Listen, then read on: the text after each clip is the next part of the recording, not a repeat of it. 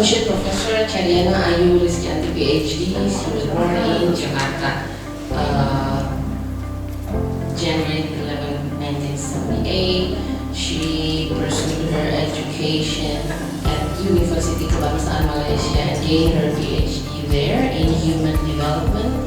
And she has been working as a lecturer since 2014, starting her career at Universitas Al Azhar and currently is an active lecturer at Faculty of Education at UII. Sometimes I miss the one E, sometimes I other eyes and Okay, so she had gained plenty of awards and achievements. One of the current ones is the Researchman Empathy in EC Teachers, Future Educators, and Muslim Society. It's very interesting. And then there have been plenty of publication. This is a publication entitled The Interrelationship Between Teachers and Students, Motivation and Empathy in Undergraduate Physics Education. It's published in International Educational Point. In current book chapter published with the theme of Teacher's Voice in Global South, published in Springer International Handbook of Education. Very esteemed guest with plenty experience in conference experiences, participating in as a reviewer in international journals as well.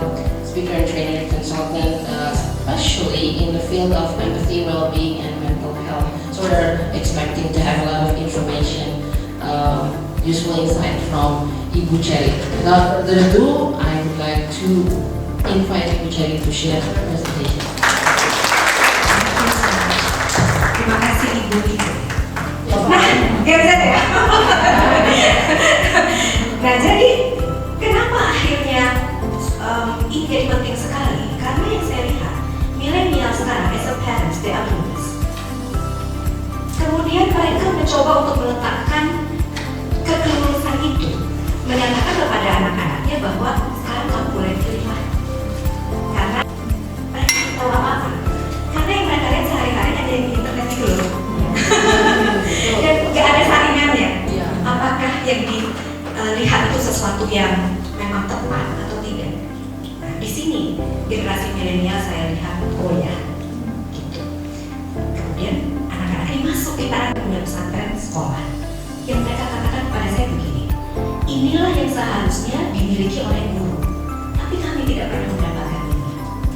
Gitu. Jadi apa yang mereka dapatkan selama mereka kuliah adalah ya mengenai konsep-konsep kurikulum, teaching, learning, pedagogy, ya seperti itu, sort of. Tapi apa yang seharusnya di-embed ke dalam situ itu tidak, mereka masih belum tahu. Jadi ini suatu kerja yang luar biasa. Tapi nanti saya akan tunjukkan kepada sedikit deh, nanti kamu stres. Bayangkan saya dulu, nggak tahu mau ditekan atau tidak, kan kita nggak tahu kan stres itu apa. Jadi ada satu perspektif, oh ini bagus nih, mereka sekarang paham. Tapi apakah itu betul-betul stres? Apakah itu betul yang dinamakan stres? Apakah itu betul yang dinamakan anxiety? Dalam teori psikologi, anxiety itu bagus to some extent. Kenapa? Karena kalau kita cemas, maka kita punya preparation, kita punya persiapan yang lebih. Tapi kalau misalnya kita nggak ada cemas sama sekali, nggak ada tuh persiapan seperti itu. Nah, ini yang harus kita kenali di siswa kita. Itu aturannya nih. Kita harus adil. Balik lagi waktu di rumah, bagaimana kita mendidik anak ini? Kan itu. Ada salah satu lecturer, beliau bilang gini, anak saya masa manggil saya sama bapaknya kalian, menyebut kalian udah makan belum? Is it a pro? Bagaimana cara mengukur STM ini, student teacher relationship ini? Indikatornya ada kehangatan, warmth, ada closeness, kedekatan. Kemudian minimum konflik yang minim. Jadi kalau kita sudah ada 3 indikator itu sebenarnya sudah menunjukkan kualitas pembelajaran siswa. Ketika dihadapkan dengan lingkungan yang beraneka ragam, ya, siswa saya ini adalah yang saya ini mengalami sekali gitu ya ketika saya SMA kebetulan SMA 1 Cianjur ya. Saya kan dengan bawaan saya Gen X yang lebih banyak talking gitu kan. Saya pingin mereka tuh pingin listen to me well gitu ya. Ternyata Gen Z itu nggak ada di titik itu. Mereka itu independen. Kalau bahasa kerennya sok tahu gitu. Sok iye gitu ya. Jadi ada band Terkait hampir sama ya Bu, ya Bapak pengalamannya.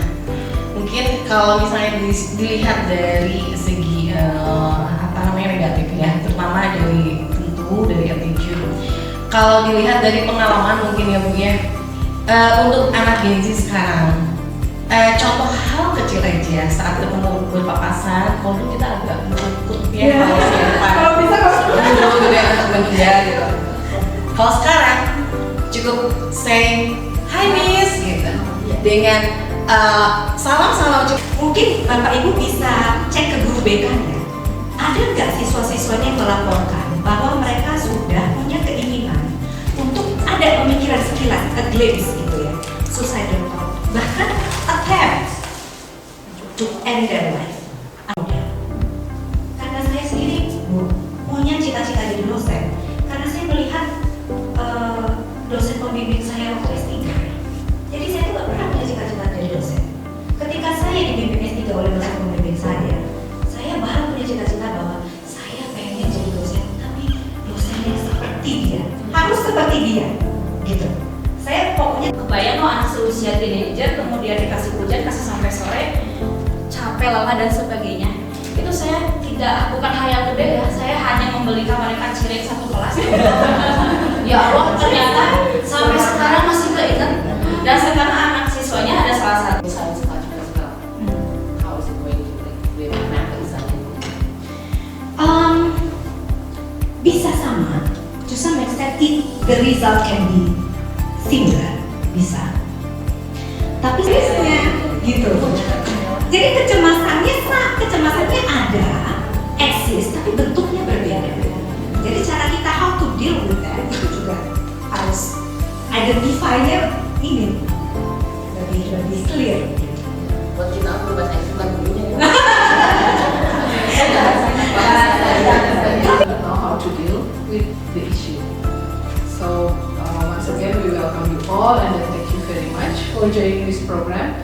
The aims of this training actually is the most important thing is to support all SDGs program. Jangka waktu yang sering, misalnya, ya itu sesuatu yang bisa diungkapkan jelas.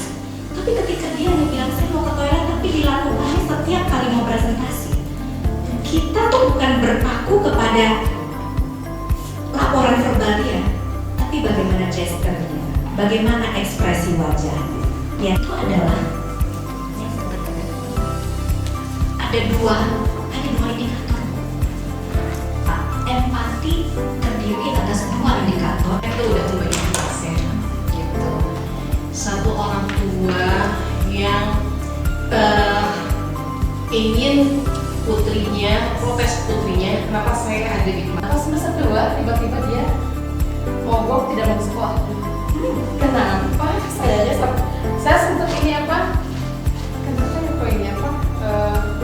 Tidak mau sekolah terus dia bilang, pokoknya It doesn't mean that konflik itu nggak ada. Ada, konflik itu bagus. Tapi kita pastikan konflik itu eskalasinya nggak makin tinggi. Oke, Bapak Ibu pernah dibilang sama siswanya nggak? Bu, Bapak untuk kedepannya seperti apa? Sebetulnya tadi saya lihat di slide-nya Bu Cherry ada PR untuk minggu depan, kayaknya bagus tuh itemnya. Apa yang akan Ibu Bapak lakukan setelah mendapat pelatihan ini minggu depan? Sayangnya itu belum kita masukkan ke dalam questionnaire. Jadi kebetulan tadi waktu kita sampaikan ke sana tuh orang sedang kebetulan.